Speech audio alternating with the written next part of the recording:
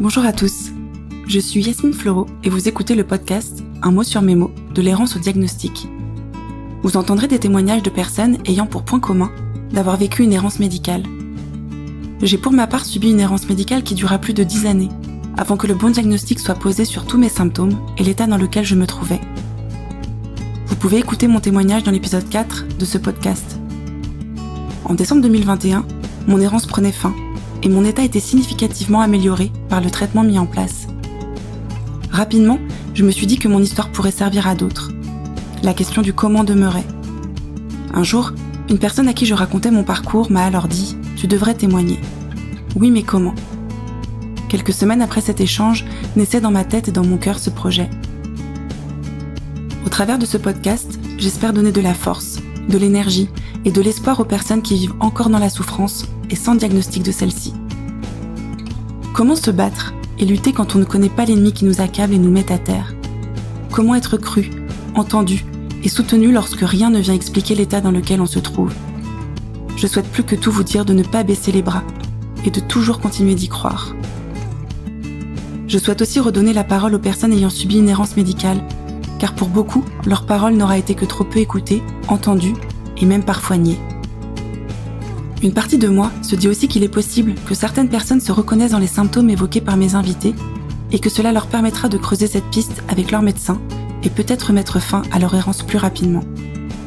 Enfin, ce podcast est destiné à ceux qui vivent de près ou de loin à côté d'une personne ayant une pathologie chronique et souvent une maladie et un handicap invisible. Le diagnostic est une étape primordiale et souvent libératrice, mais qui signe dans la plupart des cas le début d'un nouveau combat, celui de vivre avec une pathologie chronique. Que les mots de mes invités mettent en lumière ce qui est souvent tu, caché et parfois jugé. Dans ce podcast, chaque témoignage fera l'objet d'un épisode. Je fais le choix que certaines pathologies puissent être évoquées dans plusieurs épisodes, car les parcours et les symptômes peuvent être significativement différents pour une même pathologie. Je souhaite donner un maximum de chance aux auditeurs de se reconnaître dans les témoignages afin de les aider réellement et qu'ils se sentent moins seuls. Voilà, maintenant, place à l'épisode.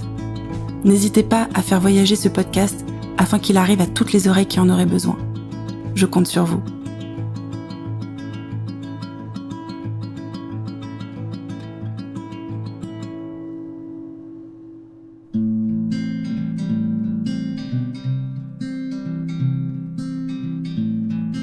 Bonjour à tous.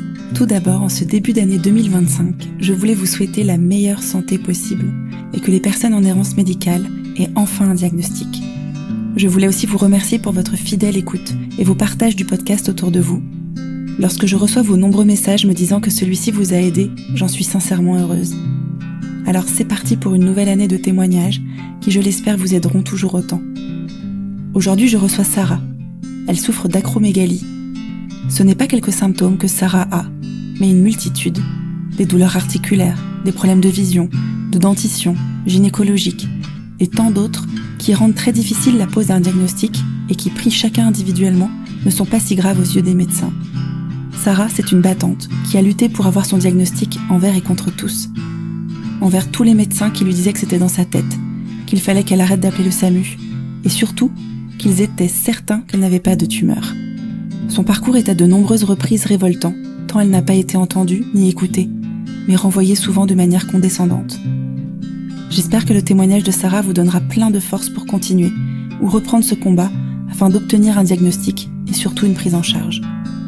Je vous souhaite une très bonne écoute. Bonjour Sarah.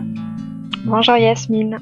Je suis super contente de t'accueillir aujourd'hui dans le podcast. Ça fait un long moment qu'on est en contact et puis nos vies respectives ont fait qu'on enregistre qu'aujourd'hui. Il y a eu un moment donné aussi où c'était pas le moment pour toi et c'était complètement ok. Et aujourd'hui, tu es là. Ouais, écoute, comme tu dis, enfin, merci Yasmine du coup de me recevoir dans le podcast. Je pense que en effet, c'est le bon moment pour moi de pouvoir parler, de pouvoir témoigner et de pouvoir peut-être aider certaines personnes qui vont m'écouter. Alors on va commencer tout de suite. Est-ce que tu peux nous expliquer quelle est ta pathologie et quels sont les principaux symptômes de cette pathologie ? Alors ma pathologie, du coup c'est l'acromégalie. C'est une maladie rare. C'est une maladie donc qui va avoir différents symptômes. Alors beaucoup de symptômes. La maladie et ses symptômes, ils vont dépendre en fait de la période de la vie dans laquelle la personne est. Donc si la personne elle est encore dans l'adolescence ou enfant et que elle n'a pas fini sa croissance, elle a encore des cartilages de croissance et donc elle va avoir plutôt ce qui s'appelle du gigantisme. Donc elle va beaucoup grandir et si la personne a fini sa croissance, elle va avoir des symptômes divers et variés qui vont plutôt élargir les articulations. Donc pour comprendre ça, du coup, il faut aussi comprendre la physiologie de la maladie. L'acromégalie, c'est un excès d'hormones de croissance. Donc un excès d'hormones de croissance sur du long terme, de manière quotidienne, c'est mauvais, ça n'a rien à voir avec ce que les sportifs peuvent utiliser pour être plus performants. Et cet excès d'hormones de croissance, il vient de l'hypophyse. Le plus souvent d'un adénome hypophysaire, donc c'est une tumeur bénigne au niveau de l'hypophyse. Et il peut également venir de l'hypophyse sans qu'il y ait d'adénome hypophysaire par un dérèglement des cellules en fait qui sécrètent l'hormone de croissance, donc la GH, et qui vont sécréter en trop grande quantité. Et donc, à partir de ce moment-là, quand il y a cet excès de GH, la personne qui est encore en croissance, qui a encore des cartilages de croissance, va énormément grandir. Donc voilà, les personnes qui sont dans les livres des records qui sont très grandes peuvent être atteintes d'acromégalie. C'est des personnes qui vont avoir besoin de corsets des fois, parce que le corps est pas du tout fait pour réussir à se maintenir en fait pour une personne si grande. Ça va aussi faire grandir les organes. Et des organes qui grandissent et qui grossissent trop, c'est des organes qui deviennent insuffisants et qui peuvent plus fonctionner correctement. Donc il y a tout ça aussi. Et donc sur une personne qui a fini sa croissance, il n'y a plus de cartilage de croissance par définition. Et donc cette personne-là, elle va avoir aussi donc les organes qui peuvent grandir, grossir et devenir dysfonctionnels et avoir des insuffisances sur certains organes. Mais elle va aussi avoir, donc ça va beaucoup se jouer sur les articulations des extrémités du corps, les pieds, les mains et le visage. Et du coup, au lieu d'avoir un agrandissement, on va avoir un élargissement. Les articulations vont venir s'élargir. Donc par exemple, on va pas grandir des pieds en longueur, mais surtout en largeur. Au niveau du visage, les articulations temporomandibulaires vont venir pareil, pas grandir mais se déformer. Évidemment, c'est jamais asymétrique et voilà, tous les os du visage en fait vont se développer avec certains traits particuliers. Donc notamment l'arcade sourcilière qui va se développer et ressortir. Ces os-là, je sais plus comment ils s'appellent, mais c'est pas des zygomatiques, mais en fait c'est ce qui prolonge les fossettes jusqu'au côté du visage et du coup on va avoir les pommettes, les pommettes et du coup sur tout le côté, ça va pas faire grossir les pommettes, en fait au contraire ça va les gommer en faisant ressortir les os qui sont sur le côté. Au niveau des mâchoires, on va avoir des mâchoires beaucoup plus prononcées. Voilà, des mâchoires qui sont beaucoup plus masculines. Alors, je tiens quand même à préciser que dans ce podcast, pour moi, l'acromégalie, ça a déformé mon corps et mon visage et c'est quelque chose de très négatif. Mais je veux surtout pas amener des complexes ou blesser qui que ce soit parce que il y a des personnes qui ont de l'acromégalie ou qui n'ont pas d'acromégalie et du coup c'est une maladie qui touche le physique. Donc je vais parler du physique, mais l'objectif est vraiment pas que des personnes se trouvent des choses qui leur plaisent pas après ce podcast. Donc ça tu va viens faire parler de tes ressentis à toi. C'est ça exactement. Tout ce qui va faire en fait faut aussi se dire que c'est beaucoup moi j'ai pas accepté ces changements physiques encore et du coup voilà, je vais essayer d'en parler de manière pas dure et le moins maladroitement possible, mais c'est vrai que pour moi c'est des trucs sur mon visage qui me conviennent pas. Mais par exemple, ça élargit le nez également, les ailes du nez. Bon c'est pas pour ça que les nez qui sont larges sont moches quoi. Mais voilà, c'est pour expliquer. Tu vois, c'est intéressant. Alors moi, je te connaissais pas avant. Moi là, je te vois à l'image et de mon regard à moi, je n'ai pas du tout l'impression que tu aies ton visage qui soit déformé. Et moi qui ai pu voir justement des personnes souffrant de gigantisme et quand on tape acromégalie sur internet, tu n'as pas du tout ce physique-là. Alors Oui, et en même temps, alors je te remercie. J'aime pas du tout qu'on me dise ça parce que moi je le vois et du coup je me dis mais en fait les gens ils peuvent pas me percevoir comme j'étais vraiment. Mais je sais que ça se voit pas, tout le monde me le dit Tu te reconnais et pas, toi, en fait, c'est ça. pas du tout, pas du tout. Et et c'est vraiment, enfin, sur des photos que petit à petit je m'en suis rendu compte, c'est souvent comme ça.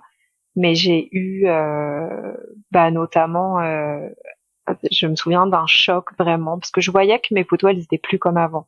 Il y avait quelque chose, j'étais obligée vraiment de jouer sur des profils pour ressembler le plus possible à l'image que j'avais de moi et ce que j'étais. Et j'ai eu un choc un soir où j'étais dans un bar avec une copine et on a fait un selfie. Et en fait, bah, comme tout le monde, j'ai regardé la photo après et j'ai eu un choc à ce moment-là. Je lui ai dit, mais c'est moi ça? Je reconnaissais pas du tout mon visage. J'ai vraiment ce souvenir de cette photo à cet instant précis, ça a été le choc. Je me suis dit, mais comment je peux ressembler à ça sur cette photo? Enfin, je comprenais pas en fait. Ce n'est pas moi.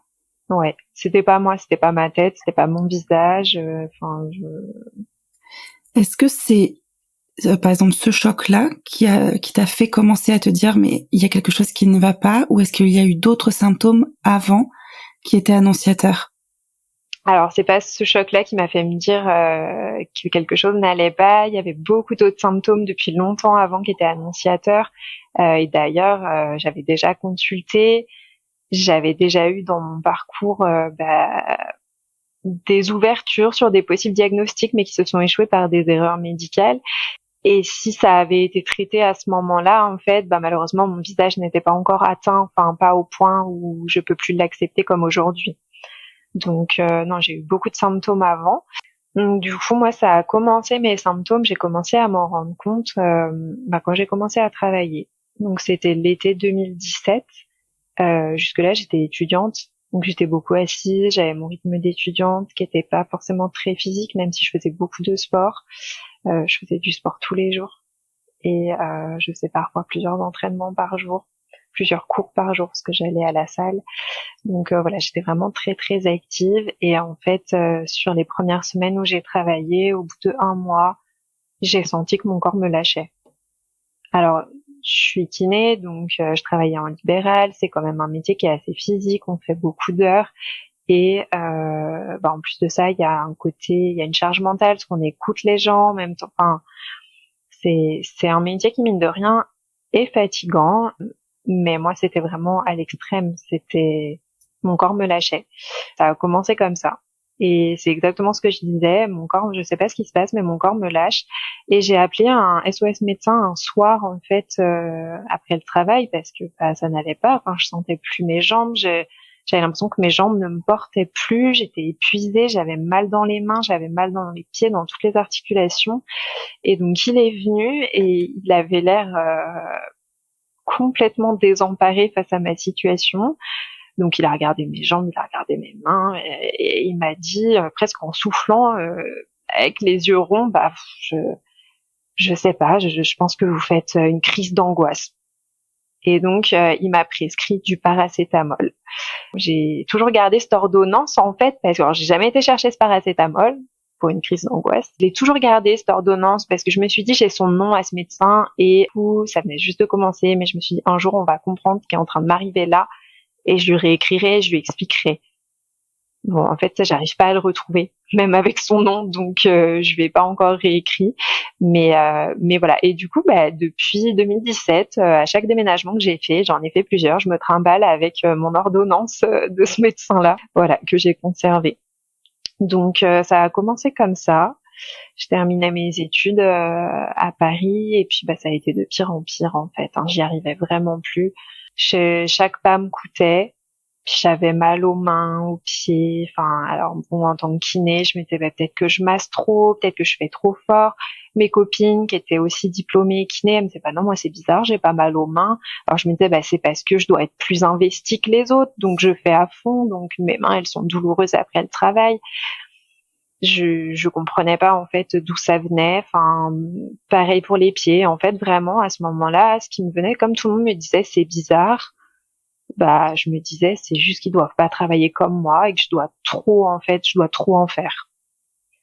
Mais malheureusement, c'est aussi ma manière d'être et de faire. Je me vois pas prendre en charge des patients faisant pas grand-chose, en n'utilisant pas mes mains, c'est quand même compliqué. Donc voilà. Et puis je voyais aussi beaucoup d'incompréhension déjà de la part de mes amis, enfin qui étaient finalement plutôt des relations assez superficielles. Hein, je m'en suis rendu compte par la suite. Mais déjà là, il y avait voilà une incompréhension. Du coup, suite à tout ça, tu décides d'aller voir un nouveau médecin ou tu fais Suite quoi? à tout ça, je me suis retrouvée. Alors oui, en effet, j'ai été voir ma généraliste de l'époque qui ne comprenait pas. Pareil, vous travaillez trop. Voilà, vous faites trop de sport, vous faites pas de sport.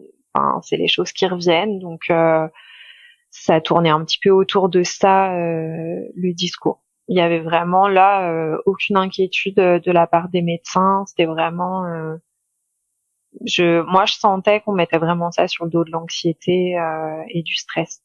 Je me suis retrouvée dans un déménagement, donc à repartir en fait dans une autre ville sur des nouveaux médecins. Je connaissais aucun médecin dans cette ville-là. J'étais dans un état lamentable. Du coup, j'ai arrêté de travailler pendant 2 mois. Je pouvais plus. Je tenais plus debout. Ça n'allait pas du tout. Le moral, du coup, flanchait complètement. Les douleurs étaient toujours présentes. J'ai eu au début quand même une prise en charge qui ressemblait à quelque chose de pas trop mal. Alors, oui et non, mais je me suis retrouvée aux urgences du CHU parce que j'avais très mal au dos, des douleurs. Bon, ils ont suspecté que je faisais, avec toutes les douleurs que j'avais, une grossesse extra-utérine ou un déni de grossesse, parce que je me suis retrouvée au service des urgences gynéco avec un médecin qui m'a demandé si je venais pas, comme je venais de déménager, si j'avais pas accouché sous X dans une autre ville, etc. Bon, déjà là on se dit mais dans quel délire je suis. Et puis à l'époque, enfin, il aurait suffi que il me pose des questions, enfin sur mon mode de vie, si j'étais en couple célibataire. Bon, du coup, il y avait quand même peu de risques que je sois en train d'accoucher à ce moment-là. Puis, en tout cas, ça, c'était vérifiable extrêmement facilement. Un petit coup d'échographie, on voyait bien s'il y avait un bébé qui était prêt à sortir ou pas. Du coup, j'ai passé toute la nuit aux urgences, donc voilà, pour qu'ils suspectent ça. Alors que moi, je venais, enfin, pour mon tableau clinique douloureux de tout, mais qu'il y a eu cet épisode-là. Ensuite, j'ai été voir un généraliste, donc je connaissais pas du tout. Et pendant cette consultation, j'ai tout lâché. Enfin, j'ai explosé en larmes en fait. Mais il m'a dit mais pourquoi vous pleurez? Je lui ai dit mais vous comprenez pas en fait, mon corps me lâche et tout le monde s'en fiche et personne fait rien et personne comprend en fait. J'ai l'impression d'être une folle quand je leur disais ça. Vraiment, cette histoire de mon corps me lâche, ils me regardaient tous à l'air de dire elle va pas bien. Il me disait écoutez là donc il a été quand même bien. Il m'a dit bon là il y a rien a priori de visible à l'examen clinique que je vous fais, mais on va chercher. Et lui, je pense dans sa tête est plus parti sur une sclérose en plaques parce que en médecine, on nous apprend qu'une sclérose en plaques, ça démarre plutôt à l'âge que j'avais, hein, j'avais quoi, 23, 24 ans, ça démarre plutôt à cet âge-là chez les femmes et donc voilà, il était plutôt parti sur une sclérose en plaques, donc il m'a orienté vers un neurologue. Donc neurologue qui m'a reçu, qui m'a prescrit une IRM médulaire et cérébrale. Et donc j'ai été passer cette IRM médulaire et cérébrale. Donc là, on était à peu près 6 mois, même pas après le début de mes symptômes. Donc on était quand même plutôt pas mal parti. Et je suis allée, donc très naïvement, je savais pas encore qu'on pouvait faire que l'un ou l'autre des examens. Donc je suis arrivée avec mes 2 examens en n'ayant pris qu'un rendez-vous. Donc j'ai quand même attendu le rendez-vous 1 ou 2 mois, je pense, 2 mois. Cette IRM, ils ont décidé de me faire que la partie médulaire. Donc et ils m'ont dit on va vous faire une injection de produit de contraste. Donc, comme on va vous faire cette injection de produit de contraste et que vous en aurez aussi, on la fera aussi quand on vous fera l'IRM cérébrale, On va faire l'injection, on va vous faire les images cérébrales avec l'injection. Je sais pas si tu m'exprimes bien, mais en gros, ils voulaient que quand je revienne pour faire l'imagerie cérébrale, j'ai pas besoin d'avoir de nouveau un produit de contraste injecté. Enfin, là, c'était pour préserver, pour éviter de m'injecter des produits supplémentaires. Et donc, j'ai eu des images du cerveau avec produit de contraste, mais sans analyse, voilà. Et donc, je suis repartie avec une image, un compte rendu. Et donc, à l'époque, ils imprimaient encore les images et ils les donnaient encore. Donc, je suis repartie avec mes images sans produit de contraste, avec produit de contraste, du coup, pour médulaire et pour cérébral. Et avec le compte rendu pour médulaire, donc rien à signaler. Et pas le compte rendu pour l'IRM cérébral. Non, ils m'ont dit, faudra revenir pour l'IRM cérébral. Et donc, et puis ils m'ont rien dit de particulier. Hein. Ils m'ont dit, revenez, voilà, faudra le faire sans le produit de contraste. Et en fait, moi, quand j'ai vu les images, j'ai tout de suite vu qu'il y avait un truc, quoi, sur l'IRM cérébral. Il y avait un endroit qui était asymétrique. Dans le cerveau, tout est symétrique. Donc, j'ai fait des études de kiné, pas de médecine, mais j'ai vu tout de suite, en fait, qu'il y avait un endroit où il y avait un truc. Ça se voyait, c'était clair. Donc, je suis retournée voir le neurologue comme c'était convenu avec les imageries. Et puis, je sais pas si c'était un monsieur très lunatique ou peu compétent, mais en tout cas, il m'a reçu, il m'a reposé des questions sur comment j'allais. Donc je lui ai dit, écoutez, en ce moment ça va un peu mieux, mais du coup ça faisait un moment que je travaillais plus, quoi.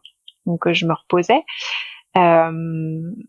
Et du coup je lui ai dit, mais regardez, il me dit, sur l'imagerie tout va bien. Je suis pas, attendez, regardez sur l'image quand même là, vous voyez pas qu'il y a un truc. Et là, il s'est mis dans une colère. Mais pour qui vous vous prenez enfin, mademoiselle? Mais pour qui vous vous prenez? Vous n'êtes pas médecin. Vous croyez que vous savez lire une imagerie mieux qu'un médecin? Évidemment que s'il y avait quelque chose, le radiologue vous l'aurait dit. Il s'est tellement énervé contre moi. Et puis moi, j'avais 23 ans. Enfin, si je dis pas de bêtises, voilà, j'étais 23 ans. Je me suis dit, waouh, ok, ouais. Il m'a dit, bon, comment vous vous sentez en ce moment? Vous m'avez dit mieux. Je lui ai dit, oui, en ce moment, ça va un peu mieux. Bon, voilà. Bon, alors on n'en parle plus. Bon, j'ai pas vraiment su quoi dire de plus. Ouais, c'était violent et j'ai mis ça de côté. Je me suis dit, oui, après tout, je vais mieux, on n'en parle plus, quoi. Donc voilà, j'ai dû revoir ce généraliste après que j'avais vu. Donc il m'a dit, écoutez, s'il y a rien, voilà, il y a rien, on a fait le check-up. En fait, t'as étouffé, t'as mis sous le tapis ton intuition. Est-ce que tu avais tout de suite, toi, vu? Ouais. Par la suite, ça s'est avéré que c'était exact ton ressenti? Oui, exactement. Hein, c'est ce dont je vais parler après. Et en fait, ce neurologue, à ce moment-là, il m'a jamais prescrit l'IRM. Je lui ai dit, ils m'ont bien dit, les radiologues, il faut que je vienne refaire l'IRM cérébral. Non, ils vous l'ont fait. En gros, je sais pas de qui était l'erreur. Je pense que ça serait plutôt le neurologue, mais je sais pas. En même temps, on peut se demander, est-ce que si le radiologue avait pris juste 2 minutes pour me dire, mademoiselle, je vous ai fait l'IRM médulaire, aujourd'hui c'est ce que je facture pour la Sécu, je préfère que vous reveniez pour pouvoir refacturer un deuxième examen plutôt que de faire les deux en puissant en facturer qu'un. Parce qu'en fait, il faut savoir que les radiologues ont le droit de facturer qu'un examen par jour. Donc c'est juste pour ça qu'ils m'ont pas fait les deux, en fait. C'est juste parce que ça les arrange pas de faire deux interprétations, deux imageries et de pouvoir en facturer qu'un. D'accord. Et donc en fait, quand on sait en plus les délais pour avoir un rendez-vous, mais c'est vrai que ça n'a pas forcément de sens non plus qu'ils puissent en facturer qu'un si effectivement. Mais c'est comme ça, malheureusement, on peut facturer qu'un acte, ça. Et je me dis quand même, ça lui aurait pas coûté grand chose de me dire, il y a quand même quelque chose qui me semble pas grave, mais revenez bien faire ça. Je trouve que ça aurait été la responsabilité du médecin de me dire ça à ce moment-là. Bien sûr. Donc me voilà en fait avec mes projets pro quelques mois plus tard à repartir dans une autre ville où je comptais là pour le coup vraiment m'installer parce que là j'étais en transition et donc à repartir avec des nouveaux médecins. Donc ça n'allait toujours pas. Il y avait des moments où ça allait mieux et puis des périodes où j'étais de nouveau en crise. C'était vraiment par période. J'allais ne pas avoir trop mal aux mains, aux pieds pendant 10 jours et puis après j'allais être très gênée alors que j'avais rien fait de particulier. Donc c'était vraiment très étrange. Dans cette nouvelle ville, petit à petit, j'ai reconsulté évidemment. J'ai reconsulté pour les mêmes symptômes, donc des douleurs aux pieds, aux genoux, aux mains, aux mâchoires, à la tête. Ces douleurs, après coup, on sait que c'était parce que tes os justement s'élargissaient, que c'était douloureux. Exactement. C'était les douleurs vraiment liées à la maladie. J'avais aussi, alors j'ai eu plein de symptômes, hein, si je dois dire en pagaille. J'avais la vue aussi qui se troublait. Je voyais pas net. C'était pas net et j'avais beau refaire des lunettes, en fait, ça allait pas quand je les recevais mes lunettes. Donc c'est-à-dire que j'allais chez l'ophtalmo, il me corrigeait enfin voilà, il me faisait les tests, je lui disais là c'est très bien, ok, je voyais bien. Quand je recevais mes lunettes, ça n'allait pas. Donc je retournais chez l'ophtalmo, il me refaisait les tests, ça avait changé de quasiment rien. Il me disait là franchement le changement que je fais c'est quasiment rien. Mais ça allait mieux. Alors qu'avec la correction en effet qu'il me montrait que j'avais actuellement, ça n'allait pas. Et donc, je refaisais des lunettes. Puis après, c'était avec l'opticien directement. Il me refaisait des tests de vue. Donc, en effet, ça avait rechangé. Enfin, je pense qu'ils m'ont pris pour une tarée, vraiment. Et en fait, je sais pas combien de fois comme ça, ça m'a épuisée, mais pendant 2-3 mois, ça a duré. Donc là, on était plutôt sur cet épisode-là, cette expérience, plutôt sur la fin avant le diagnostic. Mais ça faisait du coup sur des années, sur 3 ans et demi, j'avais comme ça la vue qui était floue et qui pouvait changer. Et la correction de mes lunettes, en fait, n'arrangeait pas ça. Ça aussi, ça pouvait être un argument pour la sclérose en plaques. Aussi, oui. Donc ça, j'y pensais aussi. C'était un symptôme que je relatais, hein, du coup. La fatigue, la vue, voilà. Petit à petit, j'ai aussi eu de l'acné qui est apparu dans le dos. Des boutons d'acné vraiment énormes qui font que des fois, je supportais même plus mes vêtements ou je pouvais plus dormir sur le dos ou sur certains côtés en fonction de où ils étaient positionnés. Des boutons énormes. J'avais plus de règles, donc j'étais sous pilule. Mais mes règles, en fait, j'avais plus de règles fluides. Et voilà, le sang n'était plus rouge fluide comme il doit l'être. C'était vraiment des petits spottings marron noir. Et je disais aussi, donc là, la gynéco, je lui disais, écoutez, j'ai plus de règles, c'est très bizarre. J'ai des tout petits spottings. Oh, mais c'est rien, ça. Quand vous êtes sous pilule, c'est rien. En fait, tous mes symptômes n'étaient rien. Mais parce que, j'allais voir un kiné pour la mâchoire, c'est rien. J'allais voir un kiné pour mes cervicales parce que j'avais mal à la tête. Petit à petit, j'ai des maux de tête qui se sont installés. Donc, on me disait névralgie d'Arnold. Bon, voilà, c'est rien.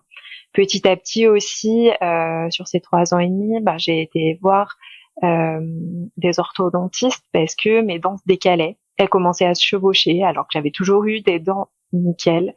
Donc là, ça, c'était l'élargissement de la mâchoire qui faisait bouger tes dents? Je sais pas, parce que normalement sur l'acromégalie, alors oui, c'est sûr que c'est la modification de la mâchoire qui a fait bouger mes dents, parce que depuis que je n'ai plus la maladie, elles ont arrêté de bouger. Et c'est arrivé en même temps que tous les autres symptômes. Mais souvent, dans l'acromégalie, on va plutôt parler de dents qui sont écartées les unes des autres. Et moi, c'est pas du tout ce qui s'est passé. Par contre, elles se sont mises toutes à se chevaucher et à partir dans tous les sens. Enfin, je dis ça, quelqu'un qui verrait mes dents me dirait que c'est pas si catastrophique, mais en tout cas, elles ont bougé. Donc, j'étais en train de faire plein de devis chez des orthodontistes par rapport à mes dents. Donc, sachant que c'est quand même des soins qui coûtent très cher et en fait, qui auraient pu être dramatiques, hein, si j'avais fait un soin comme ça pour stopper la mobilité de mes dents en fait et les amener dans l'autre sens, alors que en fait, les déformations de mon visage les faisaient partir.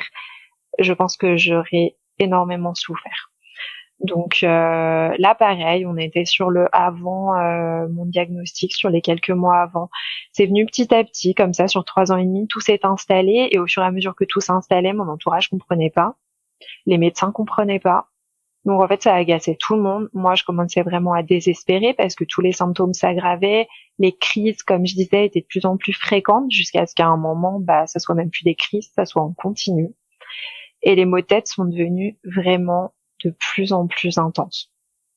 Les maux de tête, c'était pas une migraine, c'était pas Alors certaines personnes me disaient peut-être que tu as une névralgie du trijumeau, du coup cette maladie qui est très très douloureuse. Et pourtant les points que j'avais, ça ressemblait pas à ça. Enfin, c'était pas ces zones-là. C'était horrible. J'en étais à me prendre les cheveux et me les tirer, me les arracher pour me décoller la peau du crâne. Enfin, c'était des gros élancements. C'était horrible. Je me souviens d'un après-midi avec une copine où elle était chez moi et elle m'a dit, mais tu veux que je t'emmène aux urgences parce que là, je te vois vraiment pas bien, en fait. Et voilà, en séance avec des patients, d'un coup, j'étais obligée d'arrêter mon soin tellement j'avais des élancements énormes dans la tête. Et pareil, je me tirais les cheveux, ils me disaient, ça va? Et les patients avaient peur. En fait, au cours de tout ça, on va dire sur les dernières semaines avant le diagnostic, je pense vraiment que mon plus grand soutien, ça a été mes patients. Je trouve ça très très triste à dire, mais ça a été vraiment mes patients, mon plus grand soutien. Parce que en tant que kiné, on voit des patients qui reviennent toutes les semaines.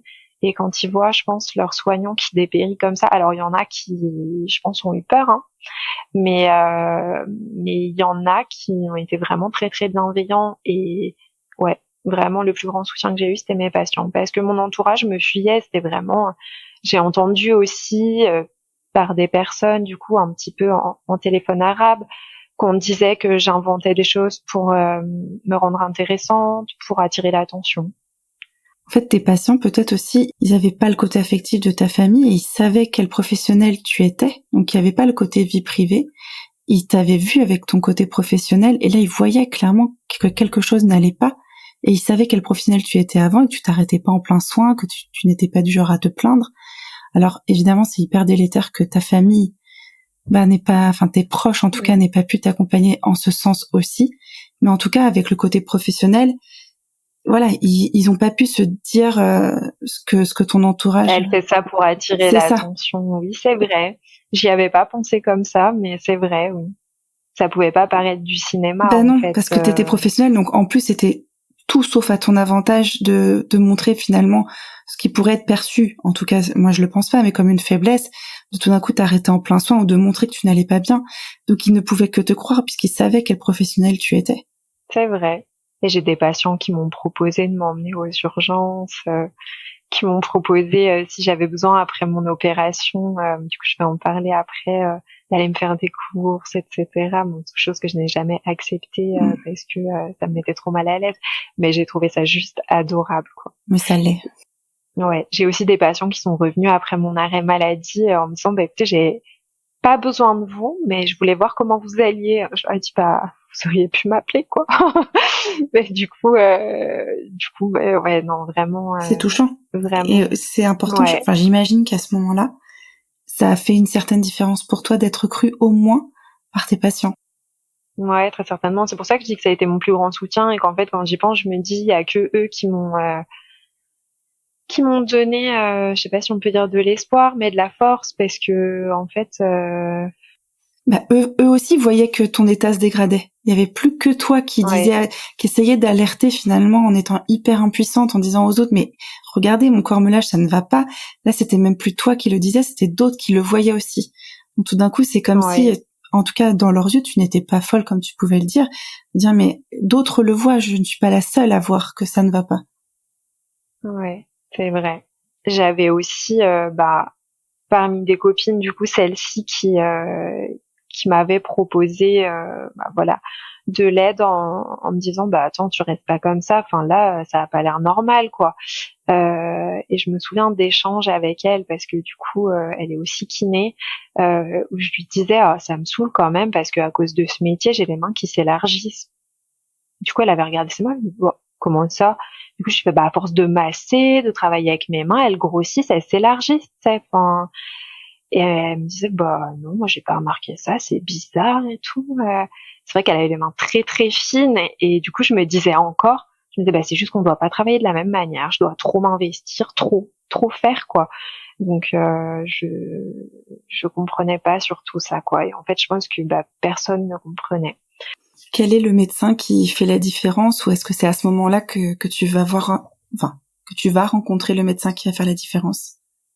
Alors non, pas du tout. Avant de parler du médecin qui va faire la différence, qui était une de mes patientes, je vais parler de deux, trois quand même médecins qui n'ont pas du tout fait la différence. J'ai été plusieurs fois du coup aux urgences. Alors faut savoir que mes douleurs à la tête, elles s'aggravaient allongées.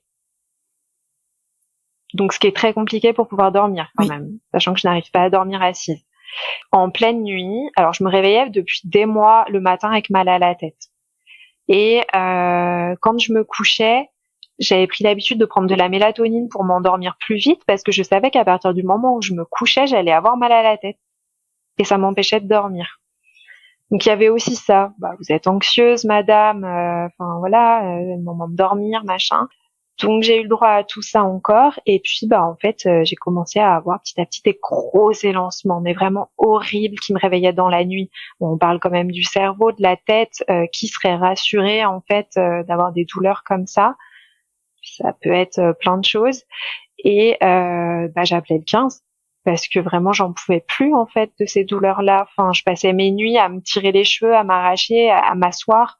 J'étais épuisée, je dormais plus. Où je dormais 1 heure, mais pas plus par nuit. 1 ou 2 fois, j'ai du coup été aux urgences. Donc quand un interne est enfin venu me voir, j'ai eu le droit à des remarques. Après le bilan, ben tout va bien. Il y a aucun problème neuro. Enfin, vous parlez de douleur à la tête, mais là, faut que vous traitiez ça en externe. C'est des migraines. Quand j'ai aussi dit à un interne, mais vous voyez, en fait, mon visage, il change. Enfin, vous voyez pas que ma bouche, en fait, je pensais faire, à ce moment-là, je lui ai dit, je fais peut-être des micro-AVC parce que ma bouche, elle penche d'un côté. Et il m'a regardé, il m'a dit, est-ce que vous consommez de la drogue, madame? J'ai jamais consommé de drogue de ma vie, mais bon, même si j'en avais consommé, enfin bon, c'était très, très, là, je me suis dit, ok, je suis vraiment dans la merde, en fait. Parce que j'ai des douleurs horribles. J'ai le visage qui se déforme et la bouche qui penche d'un côté. Et on me demande si je consomme de la drogue alors que pas du tout. Enfin, comment je vais faire pour m'en sortir? Et là, je te raconte avec le sourire parce que, bah, en fait, je trouve ça tellement aberrant. En fait, ils pensaient que t'étais sous psychédélique et que tu te voyais déformée ou... Ouais, je sais pas. Mais en fait, tout ça, ce qui est fou, c'est que la personne puisse en avoir le doute. Ça doit arriver dans ce métier-là de rencontrer des personnes qui sont en plein délire et qui ont une pathologie psychiatrique ou qui sont sous stupéfiants. Mais en fait, on peut le prouver médicalement que tu ne l'étais pas. Je pense qu'ils ont fait, parce que j'ai eu des prises de sang, donc ils ont dû vérifier que j'étais pas droguée ni sous, enfin, très certainement. Donc je suis repartie avec des somnifères et des anxiolytiques. Je lui ai dit, mais vous comprenez pas, en fait, vous allez me donner des somnifères, mais vous allez juste m'abrutir parce que allongée, enfin, je vais avoir envie de dormir encore plus, mais je peux pas m'allonger, j'ai trop mal à la tête. Donc, il comprenait pas ça. Il comprenait pas. Donc, j'avais une collègue à l'époque avec qui on avait regardé. Je lui avais dit, bah non, je regarde pas sur Internet. Elle m'a dit, bon, je vais regarder pour toi et voilà, comme ça, tu t'inquiètes pas, tu vois pas des trucs. Et en fait, elle m'avait dit, bah écoute, Sarah, c'est bizarre, mais en gros, dedans, il y avait anévrisme, tumeur, enfin des trucs pas cool du tout, flippants quoi. Donc apparemment, toutes ces douleurs-là, bah ça crée des douleurs à la tête qui s'aggravent quand on est allongé. Et du coup, je lui avais dit, bah attends, elle m'a dit, mais non, t'inquiète, tu peux pas avoir ça. Et c'est là qu'on voit qu'il y a en fait un espèce de déni, enfin des gens, parce que bon, c'était une tumeur bénigne que j'avais, mais c'était une tumeur quand même, et c'était ça qui me créait des maux de tête allongés. Et il y a un déni en fait des gens qui nous entourent, comme si ça pouvait pas nous arriver à nous. Donc il y a aussi beaucoup ça, voilà. J'ai eu d'autres rendez-vous au CHU, j'ai eu aussi une médecin régulatrice du CHU qui m'a parlé vraiment. Je me demande si elle, pour le coup, n'était pas droguée et sous. C'était vraiment, mais madame, vous appelez toujours aux heures creuses, mais pourquoi? Je lui expliquais que en fait, j'avais mal allongé, donc c'est la nuit que j'étais allongée, que j'avais le plus mal. Bon, madame, personne ne viendra.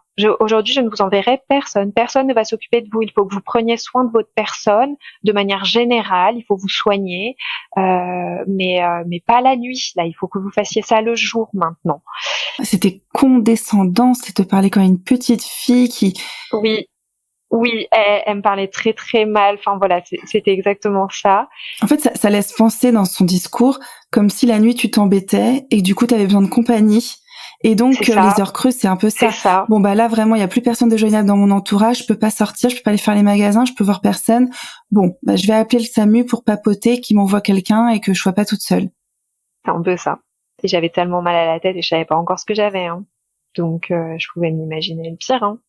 Donc, j'ai eu ça. J'ai quand même rappelé plus tard dans la nuit. J'ai expliqué ce qui s'était passé. Il m'a envoyé SOS médecin.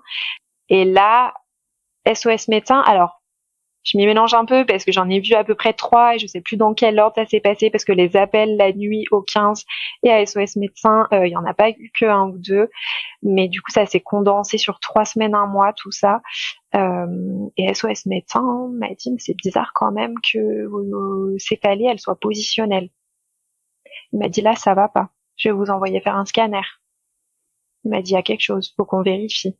Et en fait, c'est le premier médecin qui m'a fait prendre conscience, parce que j'étais en train d'y croire, hein, que j'étais folle et que j'étais anxieuse, ou je sais pas, je me disais, c'est pas possible. C'est le premier médecin qui m'a fait prendre conscience, en fait, que là, fallait vraiment que j'ai des imageries, enfin, que là, vraiment, ça allait plus, quoi. Donc, il m'a prescrit un scanner que j'ai eu, plusieurs semaines après. Il fallait un produit de contraste que j'ai couru aller chercher en pharmacie alors que je dormais plus depuis des semaines, que j'avais mal à la tête, que la voiture aussi avec les vibrations me déclenchait des maux de tête encore plus forts.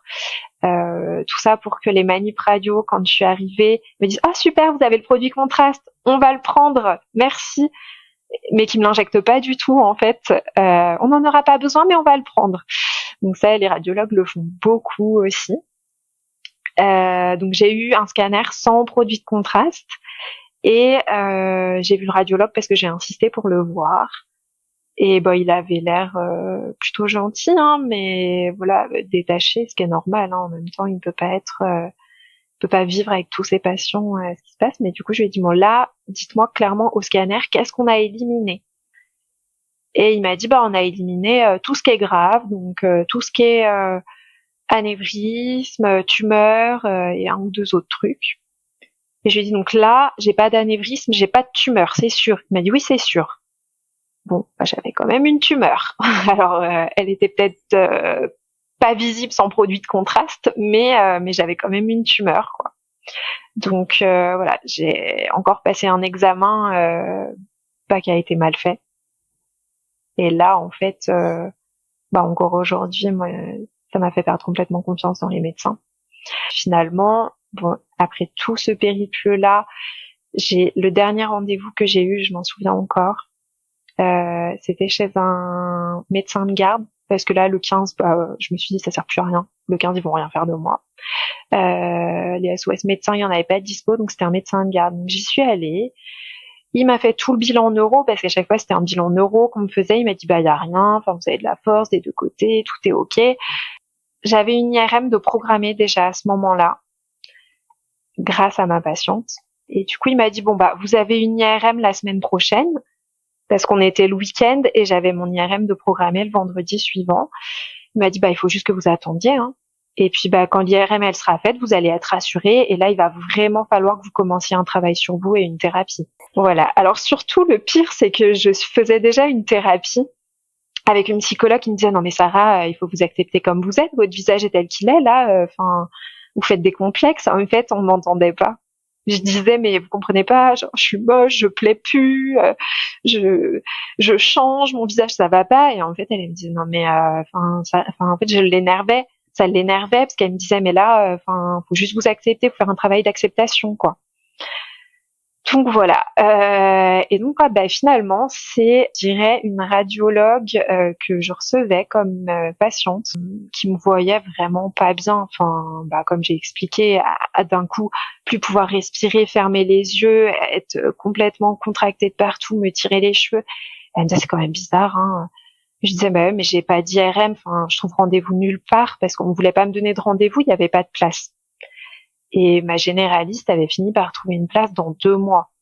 Et 2 mois, ça me paraissait la fin du monde. Et cette patiente-là m'a dit, bah écoutez, je vais voir avec une collègue spécialisée en neuro, parce que moi je suis pas spécialisée en neuro, et puis je vous recontacte. Et du coup, elle m'a trouvé rendez-vous pour la semaine suivante en neuro, alors qu'il y a 6 mois d'attente normalement. Donc voilà, j'avais rendez-vous, ça devait être la semaine suivante, et donc j'avais rendez-vous le vendredi qui suivait. Et donc je vais à ce rendez-vous quand même stressée, parce que je me disais, soit ils vont trouver un truc et ça va être horrible, soit elle va rien trouver encore, et enfin ça va être horrible aussi, parce que comment je vais faire? Et donc je passe l'IRM. Alors j'étais dans un état de stress. L'IRM, ça me stresse pas du tout, mais c'était vraiment ce qui allait arriver. Je tremblais à chaque fois que j'entendais la machine redémarrer. Je me disais bon là elle doit rechercher un truc parce qu'elle a trouvé, enfin complètement parano. Et puis ils sont venus me voir, ils m'ont dit on va injecter le produit de contraste, madame. Là je me suis dit ça y est, ils injectent le produit de contraste. Ça veut dire que vraiment ils ont dû voir un truc, ça va pas. Et donc voilà, donc l'examen se passe, le manip radio adorable, elle me dit bon ça a été, écoutez, allez vous changer, le médecin viendra vous voir. Alors là déjà je me dis c'est pas comme d'habitude, le médecin veut me voir. Bon, catastrophe. Et j'attends dans ma cabine après m'être habillée, je sais plus combien de temps, mais déjà elle avait 45 minutes de retard quand elle m'a prise. J'ai attendu au moins encore une demi-heure là dans la cabine. Enfin, je me disais oh là là, mais qu'est-ce qui se passe? Enfin, pourquoi autant d'attente? Et donc elle est venue me chercher, elle s'est présentée, elle m'a dit bon venez, on va aller dans une pièce, dans un bureau. Alors vraiment, mais j'avais jamais vu ça en passant des imageries. Je me suis dit mais qu'est-ce qui se passe? Et là en fait, choc émotionnel. Enfin, mon corps il a été choqué vraiment. Et je pense depuis cet instant-là, il s'est parti. Il y a un truc qui a dû dérailler à ce moment-là. Donc, on rentre dans le bureau, elle me dit, asseyez-vous. Là, je lui dis, oh non. Elle me dit, ah si, asseyez-vous, s'il vous plaît. Je dis, oh non. En fait, les seuls mots à tout ce qu'elle me disait que je trouvais à dire, c'était, oh non. Et quand j'y repense, ça me fait rire, mais c'était vraiment mon corps en état de choc. Et elle, tellement gentille, qui a pris le temps. Et je me suis dit, ok, elle avait beaucoup de retard, mais en fait, je comprends pourquoi, enfin, que les médecins ils aient autant de retard, si c'est parce qu'ils prennent le temps comme ça avec les personnes qui en ont besoin chaque jour. Donc je me suis assise, et là en fait j'ai tout qui s'est effondré. Enfin, il y avait plus rien, je sais même pas expliquer la sensation dans mon corps. Et du coup elle m'a dit bon, il y a quelque chose. Alors moi, oh non, enfin voilà, vraiment c'était le mot à chaque fois qu'elle me disait quelque chose. Elle me disait bon, c'est pas un cancer, mais vous avez un adénome hypophysaire.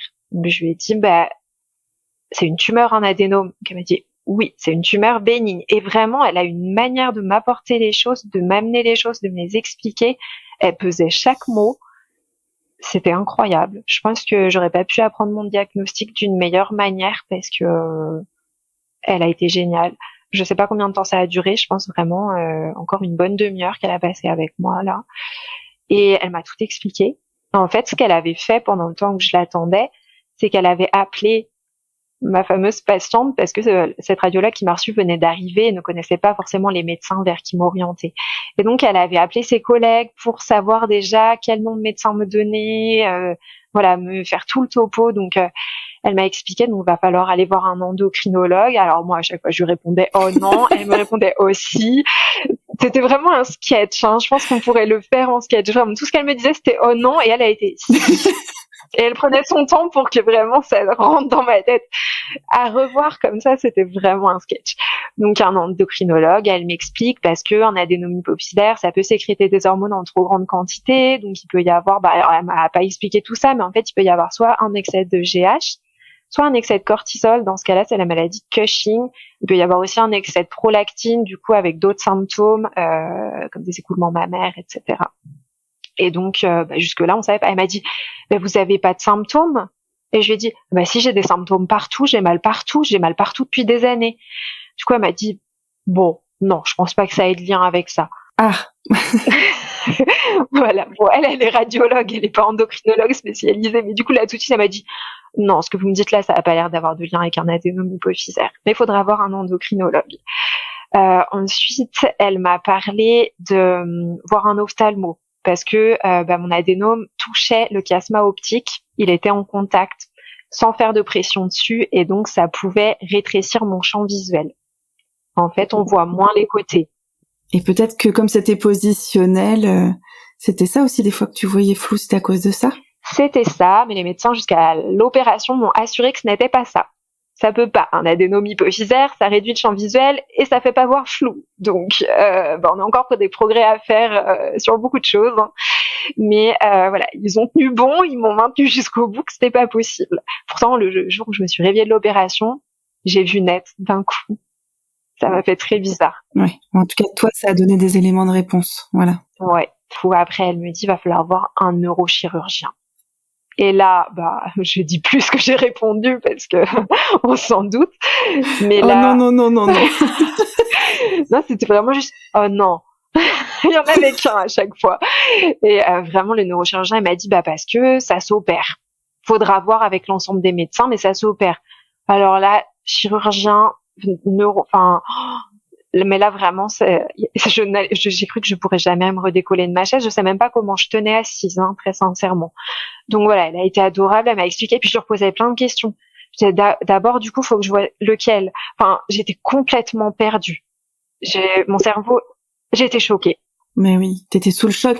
Parce que je pense que en même temps, c'était extrêmement inquiétant. Et puis peut-être qu'il y avait une partie de toi qui se disait, mais donc j'ai vraiment quelque chose. Et ça a créé complètement une dissonance entre, je sais pas si c'est grave ce qu'on est en train de me dire. En même temps, on est enfin en train de me dire que j'ai quelque chose qui justifie mes douleurs. Alors non, à ce moment-là, du coup, pour moi, c'était un truc de plus. Ok. Je me suis dit encore un truc. Enfin, mais c'est pas possible. Enfin, parce que elle, du coup, elle venait de me dire, non, ça a pas l'air d'avoir du lien. En tout cas, pour tes migraines, si. Oui, pour les migraines. Mais du coup, pour le reste, puis de toute façon, je pense que mon cerveau n'arrivait pas trop à réfléchir. Et puis alors, tout ce que je trouvais à dire, c'est mais comment je vais faire en plus parce que j'ai plus de batterie dans mon téléphone, je peux même pas appeler quelqu'un pour en parler avant de partir et je suis en voiture. Enfin, j'étais dans un état vraiment, Le monde s'écroulait, ouais. Ah ouais, vraiment. J'étais choquée, c'est le cas de le dire. Donc voilà, elle a été juste géniale. Depuis, c'est ma radiologue. Je fais tous mes IRM de contrôle avec elle. Ils ont essayé au CHU de me faire passer sur les IRM du CHU. Ils bataillent avec moi. J'ai une endocrinologue qui a décidé d'arrêter de me suivre parce que je ne voulais pas faire mes IRM au CHU. Je ne ferai plus mes IRM qu'avec cette personne-là tant qu'elle est là. C'est hors de question. J'ai plus du tout confiance dans des radiologues, surtout des radiologues qui me connaissent pas. Enfin, elle me connaît, elle me suit. Je sais qu'elle est humaine et les radiologues qui se présentent pas, qu'on voit pas, qui nous voient pas, qui connaissent pas notre histoire, j'y crois pas. Des fois, je me demande même s'ils sont. Ça peut être grave ce que je dis, mais je me demande même s'ils sont là en fait. Je me demande si c'est pas les manips radio aussi des fois qui font des comptes rendus. Je me demande si vraiment les radiologues regardent les images. Avec ce que j'ai vécu, en fait, ça peut pas. Je me dis. En tout cas, toi, le doute s'est insinué à l'intérieur de toi. Ah clairement, j'ai passé deux imageries et on m'a rien dit à chaque fois. J'avais soi-disant rien. Donc, et pour moi, qui suis kiné et qui ai jamais fait de formation de radiologie, je l'avais vu. Donc c'est là que je me dis, c'est même pas que c'est un truc. Alors à chaque fois, les médecins me disaient, mais peut-être qu'il était très petit et qu'il se voyait pas. J'aurais dit non, moi je l'avais vu. Donc c'est ça qui vraiment, moi je suis traumatisée en fait par tout ça, vraiment. Mais du coup, ce diagnostic, il arrive en deux temps. T'as le premier, il vient ce diagnostic de cette tumeur bénigne. Et ensuite, il va y avoir le rendez-vous qui va t'apporter la suite du diagnostic, c'est ça? Alors déjà au début, j'en ai parlé à personne. J'en ai pas parlé à mon père, j'en ai pas parlé à ma marraine, alors que c'est vraiment les personnes vers qui j'allais pour ça, parce que je me suis dit je peux pas leur dire ça, que dans l'état où j'étais en plus, c'était pas possible. Et en effet, je vais avoir mon diagnostic dans un second temps. Alors j'ai eu de la chance dans mes rendez-vous parce que j'ai trouvé des rendez-vous très rapidement. Donc ma patiente radiologue avait une copine ophtalmo qui a pu me recevoir rapidement. J'ai pu avoir un rendez-vous assez rapidement au CHU avec un neurochirurgien et j'ai vu dans un premier temps d'abord c'était une endocrinologue et j'ai eu vraiment de chance. De la chance, elle avait de la place qui se libérait la semaine suivante, je crois. Donc là c'était le bazar parce que j'avais mal, je dormais pas la nuit et je déplaçais tous mes rendez-vous avec les patients pour me faire des petits créneaux pour réussir à aller à mes rendez-vous pro. Et j'arrivais pas du tout à lâcher prise et à juste annuler un rendez-vous de patient. Donc je les recalais ailleurs dans la semaine. Je me surchargeais. C'était vraiment un enfer. Donc cette endocrinologue, elle m'a reçue. Et que j'avais un adénome. Alors, pardon, faut que je raconte d'abord. J'ai revu ma généraliste qui m'a dit « Ah bah, vous avez un adénome hypophysaire » parce que pour qu'elle me prescrive une IRM, il a quand même fallu que j'aille la voir pendant 2-3 semaines, 3-4 fois par semaine. C'est énorme. Et vraiment, elle me disait bah, « Vous travaillez trop ». Je lui disais bah non, je travaille pas trop en fait, je travaille de moins en moins puis en plus je suis en vacances. Ah bah vous êtes en vacances, bah vous avez tellement pas l'habitude d'être en vacances que là c'est votre corps qui supportait pas. Je disais non mais j'ai mal pas que en vacances, j'ai mal depuis plusieurs semaines. Enfin et bon, c'est ça. Il y avait toujours quelque chose. Et donc elle m'a dit bon, bah vous voulez passer une IRM quoi. Quand j'ai été la voir, bah oui, je préférerais quand même. Bon, bah je vous fais une IRM. Et donc quand je suis retournée, en fait, donc jusque-là la radiologue m'avait pas présenté les choses en me disant c'est pas grave, allez voir les médecins, mais donc pour moi c'était grave. Et j'avais rien regardé sur internet, j'avais trop peur. Mais là la généraliste elle m'a dit ah bah un adénome hypophysaire, bah c'est bon vous êtes rassurée. Et du coup je l'ai regardé, je fais ah bah votre réaction elle me rassure parce que ça a pas l'air grave. Et en fait, elle était vraiment incompétente au possible parce que c'était grave. Enfin, l'acromégalie, c'est quand même une maladie grave. Une tumeur qui commence à comprimer un chiasma optique, c'est grave. C'est la seule médecin d'ailleurs qui l'a pas pris de manière grave après que j'ai eu le diagnostic. Donc ensuite, j'ai rencontré cette endocrinologue qui m'a dit, donc elle m'a examinée. Un symptôme que j'ai oublié jusque-là, c'est que je transpirais énormément des pieds. Alors, j'avais jamais senti des pieds et je sens absolument plus des pieds maintenant, mais pendant l'acromégalie, je puais des pieds. Je transpirais énormément et des aisselles. C'était une horreur. J'avais vraiment des gouttes de sueur qui me coulaient le long des bras. Enfin, c'était vraiment horrible sur ça. Comme je t'avais dit, j'avais beaucoup d'acné dans le dos. J'en avais aussi énormément aux mâchoires, enfin, mais des gros boutons d'acné, enfin, vraiment très douloureux. J'avais jamais eu tout ça. Et donc, l'endocrinologue, avec tous ces symptômes, à la fin, elle me dit, écoutez, et j'avais pris du poids. Pardon, j'oublie encore. J'avais pris 10 kilos en 3 mois. Et donc, l'endocrinologue me dit, écoutez, je pense que vous avez un excès d'hormones de croissance. Elle m'a pas dit, je pense que vous avez de l'acromégalie, vraiment, je pense que vous avez un excès d'hormones de croissance, on va faire plein de tests, urinaires, prise de sang, etc. Et on va évaluer tout ça. On va voir, il y a que les prises de sang qui pourront le confirmer, mais sur la clinique, là, a priori, c'est ça. Ça fait sens. Et du coup, je dis, mais les maux de tête, du coup, aussi. Et là, je commence à lui dire, mais attendez, tout ça, enfin, les douleurs aux mains, les douleurs aux pieds, au visage, enfin, tout ça. Et c'est là, en fait, que j'ai fait le lien. J'avais rien regardé sur internet entre les rendez-vous, je voulais pas, j'avais trop peur. Et du coup, elle me dit bah oui, c'est ça. Et je fais mais les maux de tête. Et elle me dit bah oui, c'est ça. Enfin, c'est l'acromégalie et l'adénome qui vous font des maux de tête.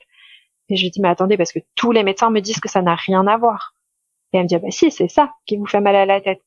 Quand vous serez opéré, vous n'aurez plus mal à la tête. Ah, mais là, elle m'a redonné espoir parce que les douleurs que j'avais, enfin je me serais suicidée en fait. J'aurais jamais vécu avec ces douleurs-là. Et là, je me suis dit, waouh, ok, bon, peut-être qu'en fait, ça va. Enfin, c'était toujours mon monde était écroulé, hein, mais là, je me disais, ok, en fait, je suis en train de faire des liens. Et après ce rendez-vous avec mon endocrino, j'étais chez moi et je me suis dit, mais il y a 3 ans et demi, j'ai passé une IRM, je l'ai ressortie, j'ai revu l'endroit que j'avais vu, j'ai fait réinterpréter l'IRM, mon adénome hypophysaire faisait déjà 1 centimètre. Et au moment de mon diagnostic, il en faisait 17 millimètres, pardon, 1 cm,7. Donc,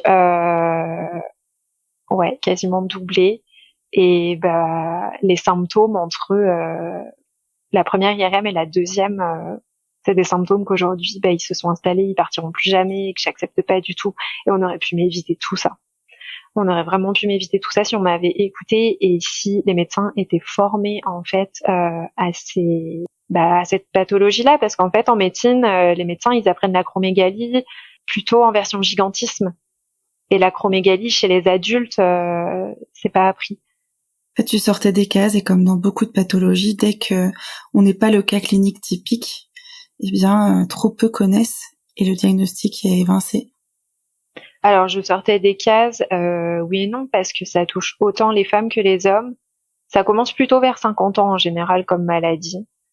Mais je pense que ce qui a beaucoup fait défaut, c'est que j'étais seule en fait dans mon combat parce que ma situation personnelle fait que j'ai un entourage qui est pas soutenant du tout, qui était pas à l'écoute aussi, qui validait pas mes émotions, mes symptômes et qui m'a jamais soutenue. J'ai jamais quelqu'un qui est venu avec moi à un rendez-vous en me disant écoutez, ma fille n'est plus ma fille là, enfin ma fille ne va pas bien, ma fille ne fait pas de la comédie.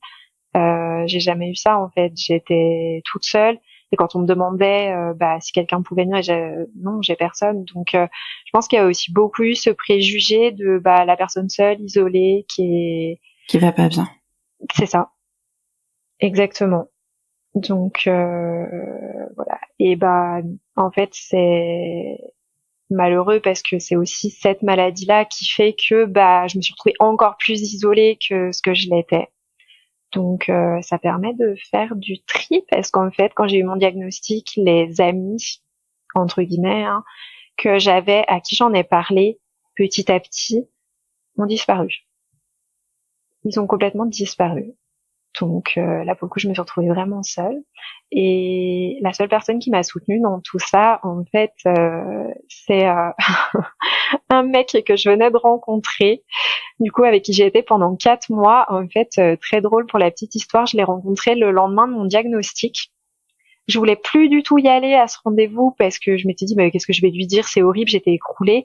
Et j'ai une copine qui m'a dit, mais vas-y, ça va te changer les idées. J'y suis allée, et en fait, il était médecin.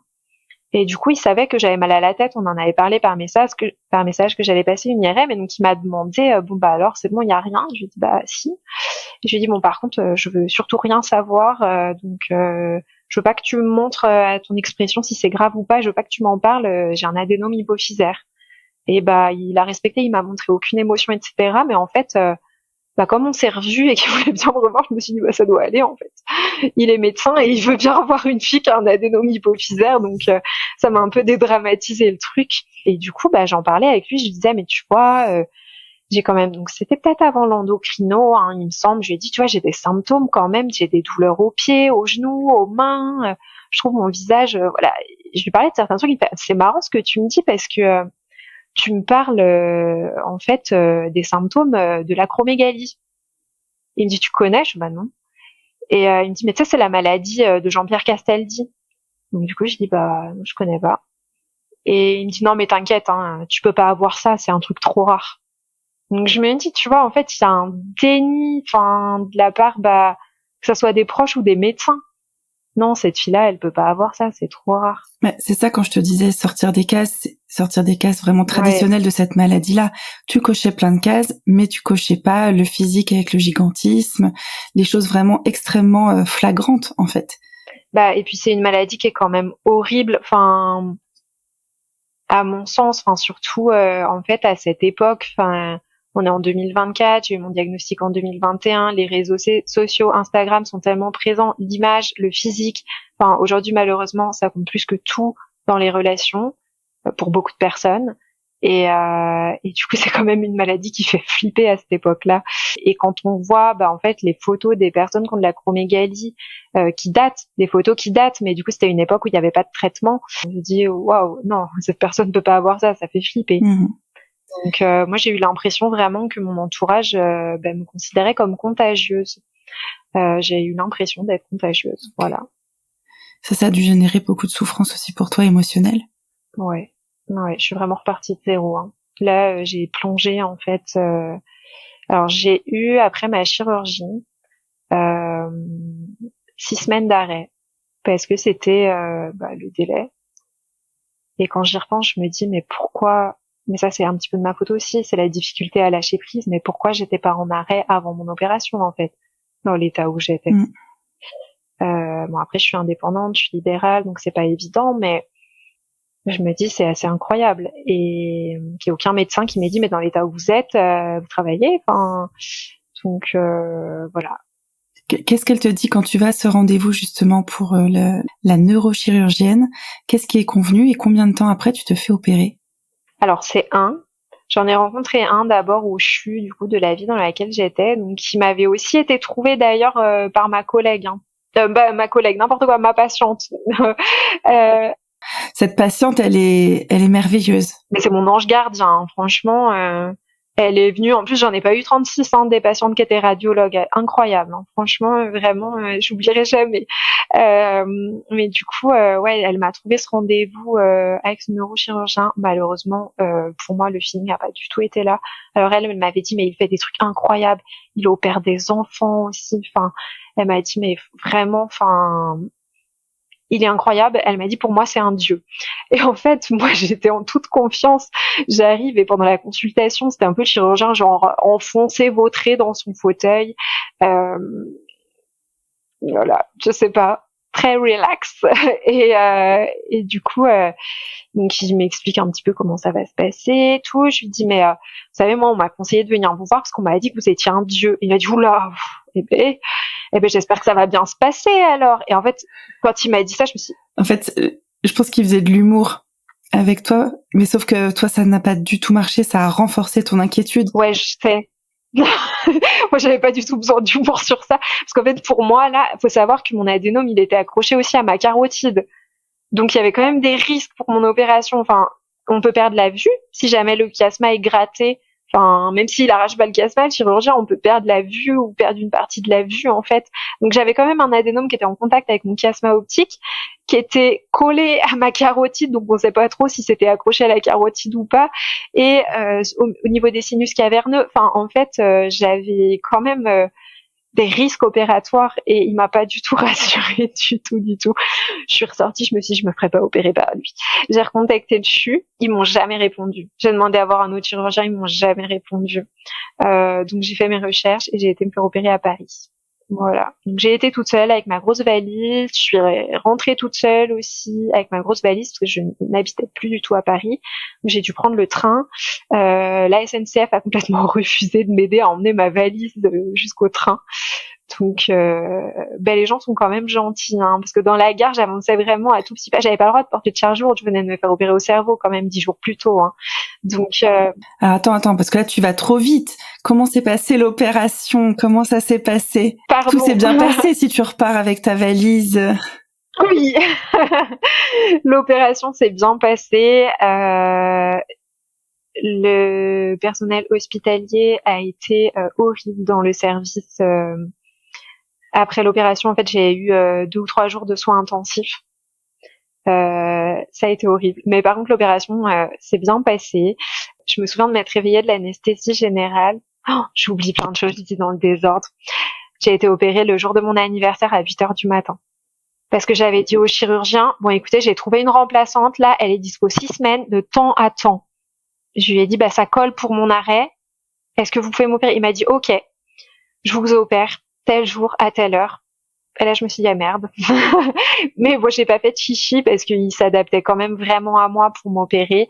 Et je devais être opérée en urgence. J'ai été opérée 3 mois après mon diagnostic et c'était vraiment une urgence. On peut le voir presque comme un cadeau finalement parce que ça allait t'enlever toutes tes douleurs insoutenables à la tête. Ouais, en vrai, ce que je me disais, c'est mon cadeau, mais bon, avec un peu d'humour quand même, parce que Bien pour sûr. le coup, j'ai l'impression de jamais avoir eu mes 27 ans. Ouais. C'est vraiment une année où j'ai pas l'impression d'avoir eu 27 ans un jour, en fait. Ouais. Dès que tu te réveilles, tu n'as plus mal, tu n'as plus tes douleurs à la tête, surtout qu'en soins intensifs, j'imagine que t'étais allongée. C'était pas à ce point-là. Non. Par contre, quand je me suis réveillée, je me suis sentie reposée comme jamais. Alors que je venais d'avoir une anesthésie générale, j'étais pleine d'énergie. Alors, l'opération, elle a pas duré très longtemps, hein. Je pense 1 heure et demie, je sais pas trop. Mais j'étais reposée. Et j'étais totalement dans le contrôle. Je me suis réveillée, j'ai ouvert les yeux, j'ai regardé l'infirmier, je lui ai dit merci beaucoup, hein, parce que tout à l'heure, ce que vous m'avez dit, ça m'a aidé à pas être trop stressée. Ça s'est bien passé, machin. Enfin, je pense qu'ils se sont dit, oula. J'étais vraiment, et du coup, dans la salle de réveil, pareil. J'étais très, excusez-moi, je crois que le monsieur, il se réveille, là. Enfin, voilà, des réactions qu'on contrôle pas. Du coup, je pense que c'était la pression qui descendait parce que moi, j'étais persuadée que j'allais mourir pendant cette opération. J'ai écrit un testament. Très sérieusement, enfin, j'ai fait un vrai testament. Enfin, voilà. Donc là, j'étais vivante. J'avais dit au chirurgien, je préfère être vivante, mais qu'il me reste un bout d'adénome, que vous alliez pas gratter la carotide. Donc il m'a dit, en général, c'est comme ça que je travaille, j'essaie de garder mes patients en vie. Donc bon. Ouais, ils ont tous de l'humour, j'ai l'impression, les chirurgiens. En même temps, face à certains, voilà, j'avais quand même expliqué à l'anesthésiste que j'avais peur de me réveiller pendant l'opération. Donc là, il m'avait dit pareil, avec de l'humour, que ça serait pas possible. Donc voilà, pas mal de petites choses comme ça qui font des bons souvenirs, mais bon, sur le moment, c'est pas. Et puis au final, là, ma réaction, c'était plus. C'est pas forcément quelque chose de bon, quoi. C'était ma manière, en fait, de survivre à ce moment-là. Ouais. Pour comprendre, dans l'acromégalie, c'est l'opération et l'ablation de cet adénome qui met fin à la pathologie, ou est-ce qu'il y a un traitement derrière? Alors, malheureusement, non. L'opération, elle met pas fin. Dans mon cas, j'ai beaucoup de chance. L'opération, pour l'instant, elle a mis fin à l'acromégalie. Je suis en rémission. Ils m'ont pas convoqué cette année pour les tests, donc faut que je les relance. Je sais pas où ça en est là, mais en tout cas, j'ai pas spécialement de symptômes en ce moment, donc je pense pas avoir une rechute cette année. Malheureusement, en fait, alors je me suis pas rapprochée tout de suite d'une association parce que ça me faisait peur. Mais il y a une association géniale qui existe, donc c'est Acromégal, pas seulement. Ils ont un compte Instagram. J'ai été en contact donc avec Maïté, qui est la fondatrice de cette association, et ça a mis vraiment du temps. Hein. Ça fait pas très longtemps, ça fait moins d'1 an que je suis en contact. Ça m'a permis, via un groupe Facebook aussi d'échange, donc pour les personnes qui sont atteintes d'acromégalie, de me rendre compte que, en fait, pour beaucoup de personnes acromégales, la chirurgie, elle suffit pas. Parfois, elle change rien. Parfois, elle diminue la sécrétion d'hormones de croissance, mais pas suffisamment pour que la maladie ne soit plus là. Il y a quand même un excès. Donc ça, c'est compliqué. Les étapes après, dans ce cas-là, ça va être de la radiothérapie. Donc pour continuer de tuer les cellules qui fonctionnent pas forcément complètement non plus. J'ai rencontré une personne, du coup, un jeune dans la même ville que moi, on s'est rencontrés via l'association, qui a cette maladie, qui a été opéré, qui a eu la radiothérapie et qui malheureusement, pour qui ça n'a toujours pas fonctionné, il a jamais été en rémission. Donc il y a des personnes comme ça pour qui ça fonctionne pas. Et dans ce cas-là, il y a encore un troisième traitement, c'est les injections. Et c'est très lourd. C'est des injections intramusculaires. Alors là, je suis désolée pour l'association APS, je vais pas bien expliquer les choses, mais comme j'ai jamais eu affaire aux injections, je suis vraiment pas calée dessus. Mais il y a différents types d'injections. Et moi, de ce que j'ai retenu, c'est que donc les injections, elles peuvent faire diminuer l'adénome en taille. Elles peuvent voir le faire disparaître, en fait. Il y a des personnes qui vont peut-être même des fois avoir des injections avant l'opération, quand l'adénome a pris trop de place, pour risquer un peu moins d'abîmer des structures lors de l'opération. Donc il y a ça, et donc il va y avoir des opérations qui aussi des injections qui vont bloquer l'AGH et l'IGF-1, parce que l'AGH produit un marqueur qui est l'IGF-1 et qui va aussi être recherché dans les prises de sang pour l'agromégalie. Il faut pas qu'il y ait trop de GH, il faut pas qu'il y ait trop d'IGF-1 non plus. Donc on a vraiment des injections qui vont fonctionner différemment, des injections qui vont se faire 1 fois par mois en intramusculaire. Et pour d'autres personnes, ce garçon que j'ai rencontré, c'est 1 fois tous les 3 jours. Et ça fonctionne toujours pas. Il me disait que ça diminue à certains jours, mais des fois c'est trop haut. Mais donc, par exemple, ces articulations continuent de grandir ou de s'épaissir, il continue d'avoir des douleurs, etc. Non, il semble quand même moins symptomatique. Mais en fait, c'est une maladie qui évolue vraiment sur des années et des années. Les médecins disent souvent, ça, on va le voir sur les photos, quoi. Quand on regarde des photos de soi 10 ans en arrière, et là, les gens disent, mais attends, c'est souvent sur les photos, en fait, qu'on s'en rend compte un petit peu, moi, comme cette histoire de photos avec ma copine dans un bar. Et c'est vraiment, en fait, en regardant, des photos d'il y a 20 ans et des photos de la personne là, où les médecins, ils se disent, OK, bon, c'est sûr, c'est ça. Et toi, aujourd'hui, comment tu vas? Alors moi aujourd'hui du coup je suis stable par rapport à l'acromégalie. J'ai eu un diagnostic entre-temps, alors très rapidement après, parce que du coup depuis j'ai le tapis rouge qui est déployé devant moi pour qu'on me croie sur tout ce que je dis et qu'on me fasse passer tous les examens qui semblent pertinents. Donc très rapidement après, en fait, je me suis rendu compte qu'il y avait des symptômes dans le mois qui a suivi mon opération qui disparaissaient, qui revenaient à la normale. Donc l'acné, j'ai retrouvé des règles. Plein de choses comme ça. Alors on m'avait bien dit que j'avais beaucoup d'œdème au visage aussi. Je me réveillais le matin, j'avais plus d'orbite tellement j'avais de l'œdème autour des yeux. Donc on m'a bien dit que tout ça, ça allait dégonfler, mais tout ce qui était articulaire, osseux, ça ne dégonfle, ça changerait pas, ça resterait comme ça. Donc ça, j'ai beaucoup de mal à l'accepter. J'ai beaucoup de mal à l'accepter. Ça m'oblige, à changer de style. En fait, j'ai changé, ouais, j'ai l'impression d'avoir dû changer de style, de plus être complètement moi, parce que pour mon visage, c'est plus les mêmes choses qui me vont.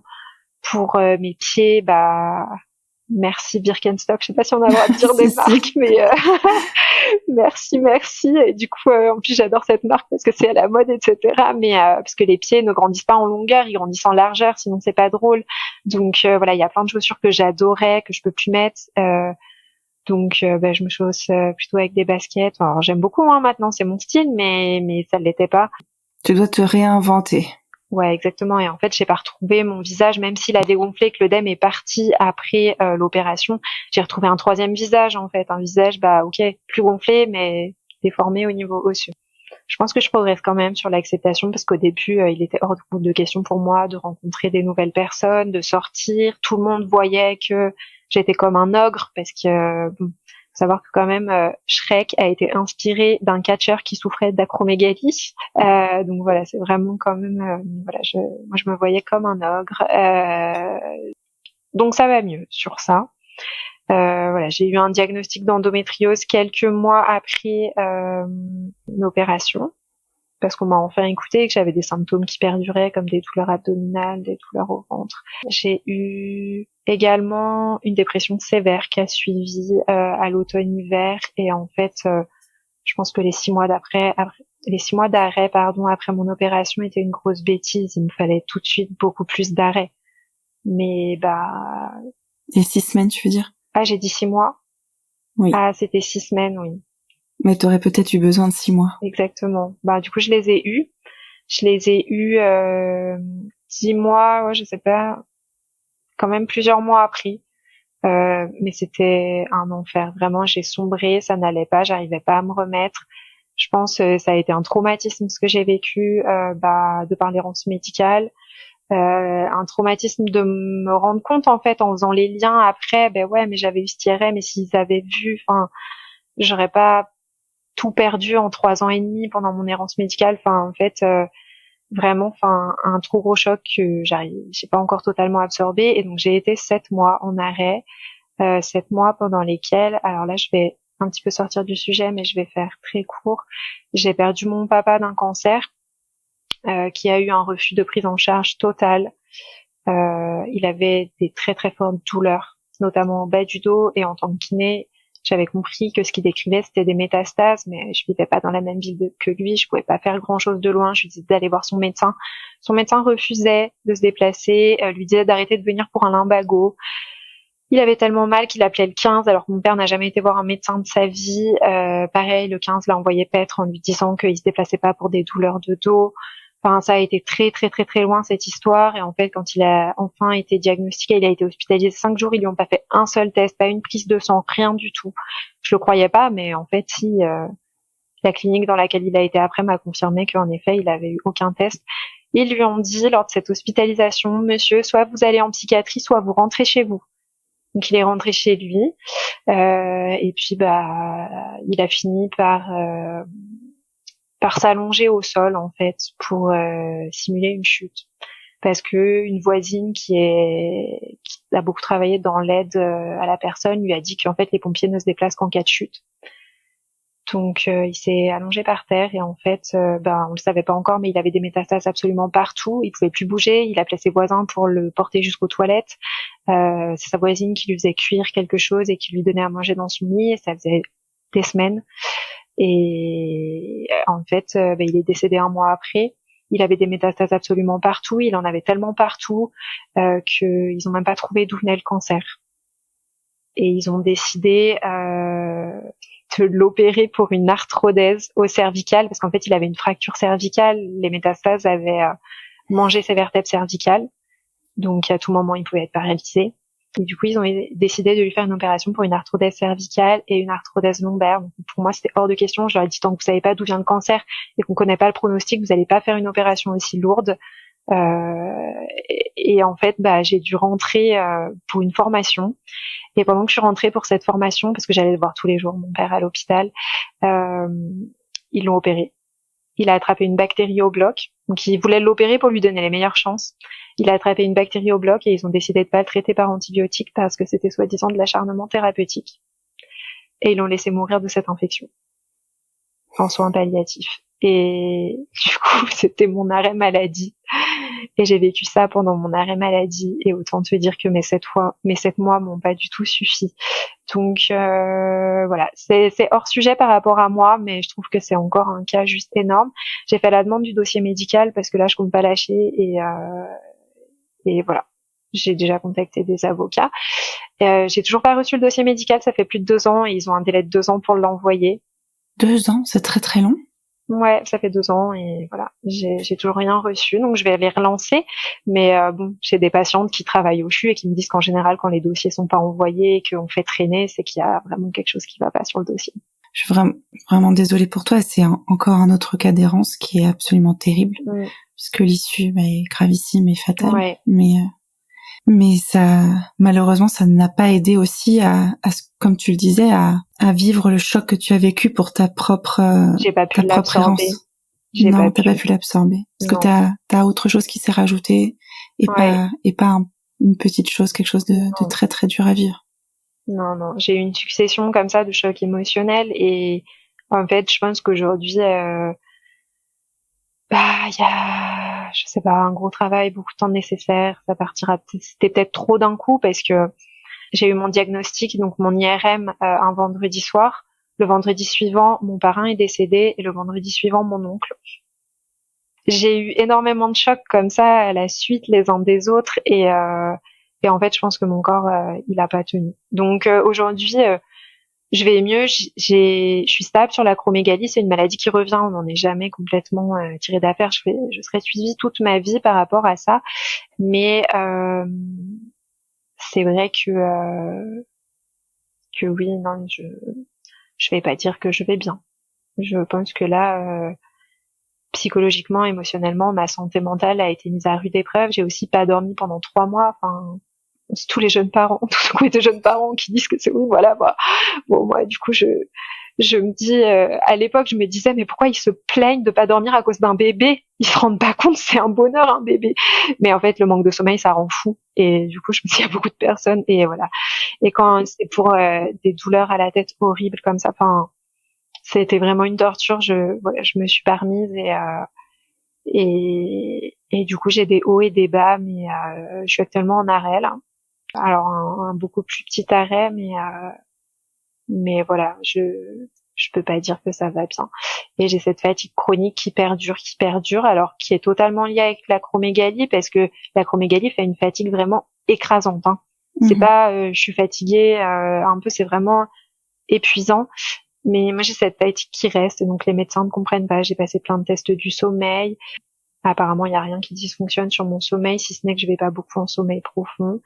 Et du coup, là, ils s'orientent plutôt sur une pathologie psychiatrique, avec peut-être une dépression qui s'exprimerait par une fatigue. On sait pas. Donc, ces prochains mois vont être dédiés à des recherches. Oui, et peut-être aussi à prendre le temps de prendre soin de toi. Oui. Parce que finalement, dans tout le parcours que tu viens de me confier, t'as été très peu entourée, voire pas entourée. Ouais. T'as été seule avec toi-même, en fait, dans toute cette épreuve-là d'errance et dans toutes ces douleurs-là à vivre aussi au quotidien. Et tu continuais quand même d'aller travailler. Et donc, il y a un épuisement qui s'est ajouté à l'épuisement, en fait. Ah oui. Et c'est très très dur quand on va pas bien de devoir écouter les autres nous raconter des problèmes qui, pour le coup, à ce moment-là, me semblaient tellement minimes. Donc, ouais. Donc c'est peut-être aussi le temps de prendre soin de toi et puis juste aussi de t'autoriser à te dire bah oui là je vais pas bien et j'ai des raisons de ne pas aller bien et de prendre ce temps-là pour vivre ces émotions-là. Complètement. Parce que c'est ok d'être triste, c'est ok peut-être d'être en colère et de les laisser sortir et d'avoir le temps et l'espace surtout. Parce que quand en fait on travaille, surtout en libéral, on compte pas ses heures. Où est l'espace pour vivre ça? Il faut faire bonne figure, Je me suis quand même adaptée. Pour reprendre mon activité, je me suis dit je vais pas pouvoir refaire comme avant. Donc je travaille à mi-temps. Le souci, c'est que quand on est libéral, qu'on travaille à mi-temps, bon bah comme tout le monde qui travaille à mi-temps d'ailleurs, hein, mais bah il y a aussi les finances derrière. Donc j'ai quand même trouvé une solution, un équilibre avec une remplaçante qui travaille au cabinet, bah la moitié de la journée, moi l'autre moitié. Ça me permet de continuer à faire un métier que j'aime en fait. Je me verrais pas faire autre chose. J'ai trouvé un bon équilibre dans ça, donc on va dire que professionnellement, j'ai trouvé la meilleure solution, je pense vraiment, et j'ai réussi à la mettre en place. Donc sur ça, Je sais que tu viens de déménager à nouveau. Est-ce que ouais, c'est un peu comme un vécu d'un nouveau départ ou pas du tout? non, pas du tout. Là, j'ai déménagé, j'ai pas changé de ville, enfin j'ai pas changé de région cette fois-ci. Je le prends pas comme un nouveau départ parce que je sais pas.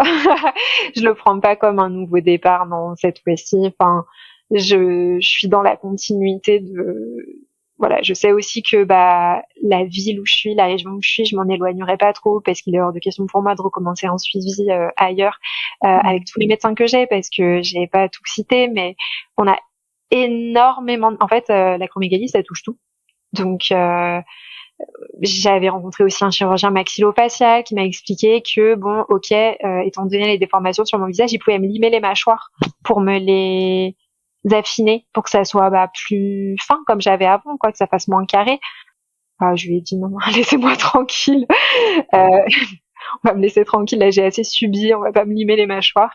Mais il y a plein de professions comme ça, en fait on est suivi par tellement de médecins, et aujourd'hui je me suis entourée, en fait j'ai fait le tri, hein. Après mon diagnostic, déjà j'ai commencé par changer de généraliste.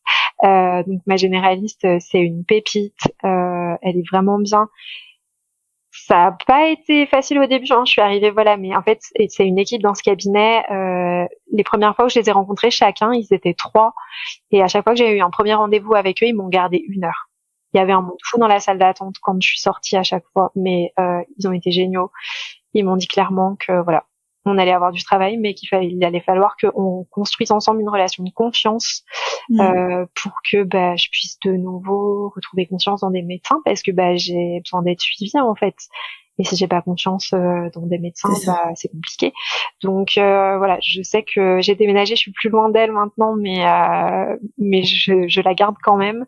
Et puis bah tous mes professionnels en fait, je les ai changés, je les ai choisis. Voilà, quand ça allait pas, bah puis maintenant je mâche plus mes mots devant un médecin. Et en fait, quand je parle de mon vécu et de mes antécédents et de bah, mon parcours médical, les médecins ils comprennent qu'il va pas trop falloir m'embêter. Donc en fait, je pense que, enfin, en vrai, mon parcours, quand je le raconte à un médecin, pour le médecin c'est une aberration. Par bonne conscience professionnelle, il peut pas me dire ah mais ils ont fait n'importe quoi, mais parce que c'est interdit. Mais ils s'en rendent compte en fait. Ils se rendent compte que c'est une aberration, et du coup, c'est vrai que maintenant, j'ai quand même la chance d'avoir des bons professionnels de santé autour de moi, et je suis pas prête à recommencer ça ailleurs. Donc non, là, je suis dans la continuité, pas forcément un nouveau départ. Et j'ai toujours les mêmes problèmes qu'avant, hein. Est-ce que tu as eu l'envie ou le besoin d'aller voir un thérapeute pour t'aider justement à traverser tout ça? Alors oui, j'avais une psychologue, bah du coup avant mon diagnostic, celle qui me disait qu'il Oui, fallait que ça tu nous en as parlé. Bon, il me semblerait que tu je en aies changé, non? Exactement. En fait, c'est tombé par hasard. Là, je me suis dit stop, elle, c'est plus possible. J'ai arrêté. J'ai contacté une autre psychologue, et cette psychologue, bah, il s'est avéré qu'en fait, elle avait un petit délai d'attente, et qu'entre le moment où j'ai pris rendez-vous et qu'elle m'a reçu, j'ai eu mon diagnostic. Mhm. Donc, je suis arrivée chez cette psychologue avec mon diagnostic complètement au bout du rouleau. Je suis partie de très loin avec elle, hein. Donc oui, elle m'a beaucoup soutenue dans un premier temps, et puis ensuite on a beaucoup travaillé en thérapie cognitivo-comportementale. Vraiment, elle m'a beaucoup aidée. Et puis, bah, à un moment donné, elle pouvait plus m'accompagner plus. Enfin, je pense de ce que elle pouvait faire, elle était arrivée au bout. Donc j'ai arrêté. Ça fait là 1 an, je pense que j'avais arrêté, et là, je me suis sentie vraiment très mal cet été, sans raison particulière, très fatiguée, le moral vraiment pas bien. Et du coup, ma généraliste m'a conseillé de recommencer. Donc j'en ai rencontré une juste la semaine dernière et elle a l'air très bien, donc je suis contente. Je suis très contente aussi parce qu'elle m'a demandé, excusez-moi, vous pouvez me redire la maladie que vous m'avez dit que vous avez.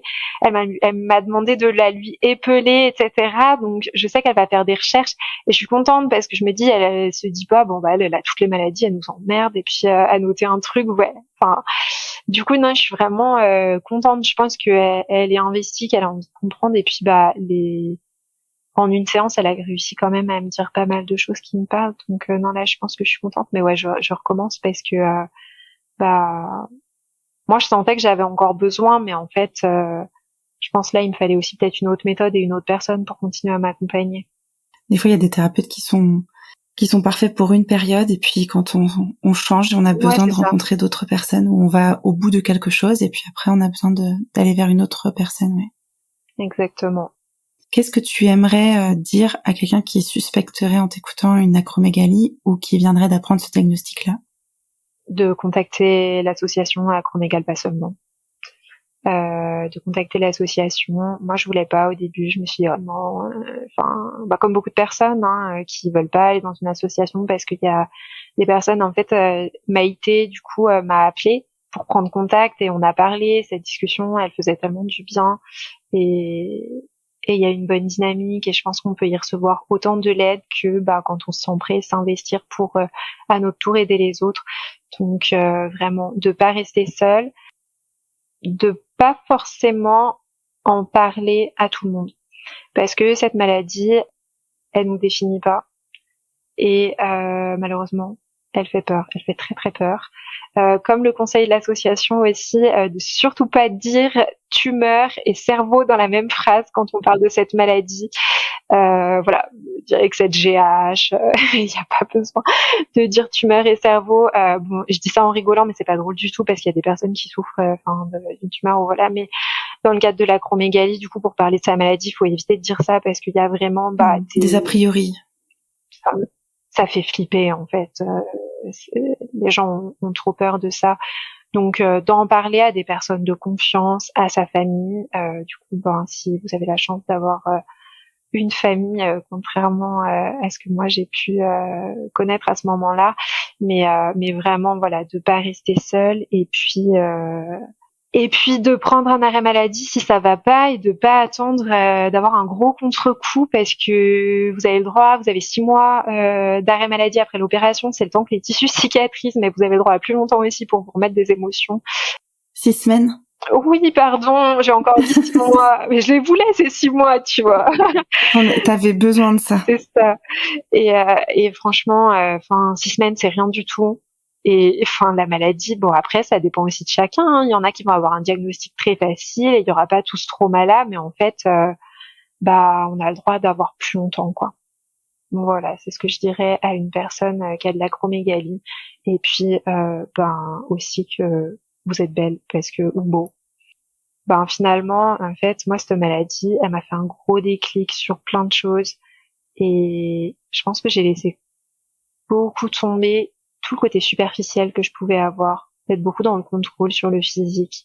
Alors je dis pas que c'est plus facile et que les gens comprennent ou voilà, mais je trouve que j'ai des valeurs qui ont changé et ça quand même ça fait du bien finalement de se retrouver un peu plus authentique et soi-même. Merci beaucoup Sarah pour nous avoir livré toute ton histoire d'errance médicale et moi aussi je tiens à te le dire que je te trouve très belle. Donc je sais que de l'entendre ça change pas le regard qu'on porte sur soi. Mais voilà, c'est sincère. Merci beaucoup Yasmine. Merci du coup de m'avoir accueillie sur le podcast et de m'avoir guidée tout au long. C'était très agréable, j'ai passé un bon moment. Merci beaucoup. Moi aussi. Je te dis à très bientôt. À bientôt. Merci encore Sarah d'être venue à mon micro pour partager ta douloureuse errance. J'espère que ton histoire pourra permettre des diagnostics plus précoces à certaines personnes. En vous livrant cet épisode, je pense à toutes les personnes qui ont vécu la même maltraitance médicale et le même abandon de la part de la médecine. Vous n'êtes pas seul, continuez de vous battre pour être entendu car vous finirez par trouver le médecin qui fera la différence pour vous. N'hésitez pas à partager le podcast autour de vous pour le faire connaître afin qu'il puisse, je l'espère, soutenir un maximum de personnes. Vous pouvez aussi vous abonner au podcast pour connaître la sortie des prochains épisodes et suivre celui-ci sur sa page Instagram, un mot sur mes mots. Je vous dis à très bientôt pour un nouvel épisode.